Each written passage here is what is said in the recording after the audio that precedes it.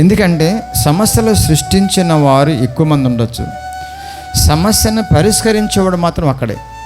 ఆ ఒక్కడు ఎక్కడ ఉన్నాడు? అందరు ఎక్కడ ఉన్నారు, ఈ ఒక్కడెక్కడ ఉన్నాడు? అందరూ మీరు ఆఫీస్కి వెళ్తే ఆఫీసులో ఉన్నారు, వాళ్ళు సమస్య మన కొన్ని విషయాలు అర్థం చేసుకోరు, అర్థంగా మాట్లాడుతూ ఉంటారు.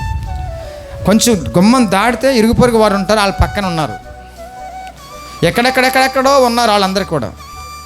కానీ ఈ సమస్యను సృష్టించిన వాళ్ళు నీ చుట్టూ ఉన్నారు. కొంచెం దూరంలో ఉండొచ్చు, ఇంకా కొంచెం దూరంలో ఉండొచ్చు, అప్పుడప్పుడు తగులుతుండొచ్చు, క్రొత్త వాళ్ళు మళ్ళీ వచ్చి పడి ఉండొచ్చు.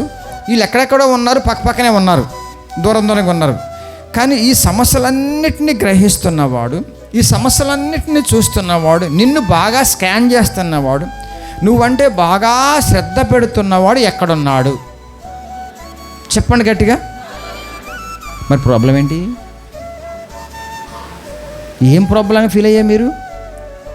ఆయన ప్రార్థన వినేవాడు, సహాయం చేసేవాడు, తర్వాత మిమ్మల్ని ఏది కావాలో ముందుగానే అరగముందే ఎరిగినవాడు.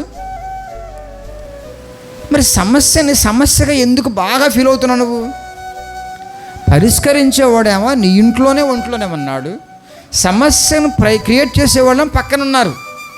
ఇప్పుడు ఎవరు అందుబాటులో ఉన్నారు చెప్పండి? ఎక్కువగా సమీపంగా ఉండి దగ్గరలో ఉంది ఎవరు? నీ సమస్యను క్రియేట్ చేసే వాళ్ళ గురించి కూడా ముందుగానే తెలిసిన వాడు మీలోనే ఉన్నాడు.